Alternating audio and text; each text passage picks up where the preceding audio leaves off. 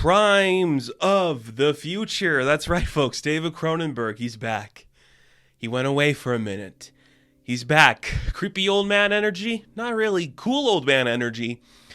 Creepy old man in the sense that, like, yeah, he's kind of weird. He'd be a fun guy to hang out with. Look, I am not the biggest Cronenberg fan. I've liked some of his work. I will say this about the guy. I feel like he'd be way more fun to hang out with than other auteurs. He seems like he's got a sense of humor and self-awareness to him that other guys in his genre don't. I respect that. I admire that. Crimes of the Future. I believe he has used that title before, but I cannot remember for the life of me. Either way, what is it? Surgery's the New Sex? Yeah. Weird movie that came out. Don't know what the audience reaction was. Cannes was like, it's mixed. I just saw it. I really liked it. I was pleasantly surprised by this. I had tempered expectations because I know this guy. I know what he's going to do. I know how his work goes. It's either going to be a masterpiece or something you can't comprehend and get your head wrapped around. I like the story behind this. I think it's very cool. In terms of like scope and in terms of style, I think this bears a lot of resemblance to Blade Runner 2049. And what I mean by that is it's like taking this idea of a world that could potentially exist if things fell this way, and crafting a story out of it about a really cool narrative with people that could inhabit this world. I really like this. Without getting too much into spoilers, I will give you a little bit of like the plot synopsis, and just a heads up, this film's not going to be for everybody. It's going to be for a very specific type of person to really engage with it. I do think you should check it out though if you want to see a story about beauty, because that's kind of what this is about. Some part in the future, surgery has become this big thing. People are changing their bodies both internally and externally in the sake of art and performance enhancing. This is basically the new vaudeville. So the new theater. People are watching these people internally change their organs and showing these new distinctive things with different people's tattoos and logos and insignias on it. People are carving their bodies in a different way, adding different parts of their body for the sake of art and beauty. There's something to be said about that just inherently. Like, that itself is a very cool concept. It's a very obvious one. You could do the terms of like plastic surgery and changing your appearance to feel better about yourself or for health-related reasons. But this takes it a little bit of a step further than that, where it's like, what if that was just art? What if this is how you express yourself and internalize your thoughts and feelings? And what if you derived pleasure from that? There is like this metatextual level I don't think I want to dive into too much discussing this film, about the idea of creativity and an artist's role in creativity, and like, can a corporation interpret your art in a certain way? I don't want to get into that. But the part of that I do want to touch upon, though, is, even though I just said I don't want to get into it, is this idea of deriving pleasure from the external and internal beauty of creation. Because it makes sense. Look, we as humans, we are functioned a certain way where we see things, we perceive things, whether it's a thought, a sense, a smell. That gives you a certain sense of euphoria and a certain sense of feeling. You feel certainly towards different things that happen to you. There's a lot of that in here too. Another part of this film that I don't think was like talked about enough in the marketing was how horny it is.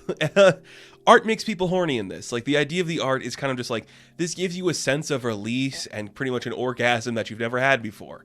Kind of brilliant. There's something to be said about that, and I don't hate the concept. That is just a fun idea to explore.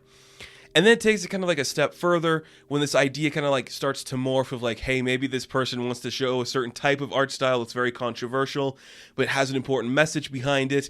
And then the story goes from being like this beautiful romantic idea to this idea of censorship in art and acceptance of certain ideas in art. And I'm like, where did this come from? You were so focused on this one thing. This love story, the relationships, can your art affect your relationship? I'm like, that's a cool concept. And then it's like, no, power revolution. I'm like, what the hell? And it worked good. I need to specify this. This film's going to make you uncomfortable at points. Not grossly uncomfortable. We just talked, I should say, I just talked about Men. And Men is a movie that I think is going to make more people uncomfortable with the message it's presenting and the grotesque body horror stuff. There is some grotesque things you are seeing here, but this is just more like beautifying it. It's like, look at the beauty of humans and our art and the way we think and perceive ideas. It is romanticizing the notion of this as opposed to Men, where it's like, look at how fucked up this is. This is like, no, this is beautiful. they're doing gross things, but it's beautiful. They care about each other. It's romanticized in that way. And I think that's going to turn some people off, but also get some people like, no, I see what you're doing here. That's impressive. There's a distinctive point in the movie where I think there's going to be the turning point in the audience. If at that point in the movie, the audience is not on the side of the story, they're going to lose interest fast. It's more towards the end. But I think you can clearly see the moments where people are going to be like, nope, I'm done. This is too much. I do not like what we're doing here. And if you can stick through that, you're going to get rewarded for a pretty interesting story. There's a lot to process here. I walked out of the theater just thinking, I have so many thoughts just about love, romance, beauty, art, creation. This is kind of a story about creators and creativity. And I love those kind of stories. And when you can interpret that in a different way, I respect the hell out of something doing that. Again, Cronenberg, not a guy I like that much, but he really knows how to craft a story. He knows how to use specific beats of dialogue to make you feel. He knows how to use just long, continuous takes to add to the tension of things. He knows how to craft a story and a narrative in his style. There are weird sets and designs, because this to me is a perfect depiction of a future. And what I mean by that is you see where the technology has shifted.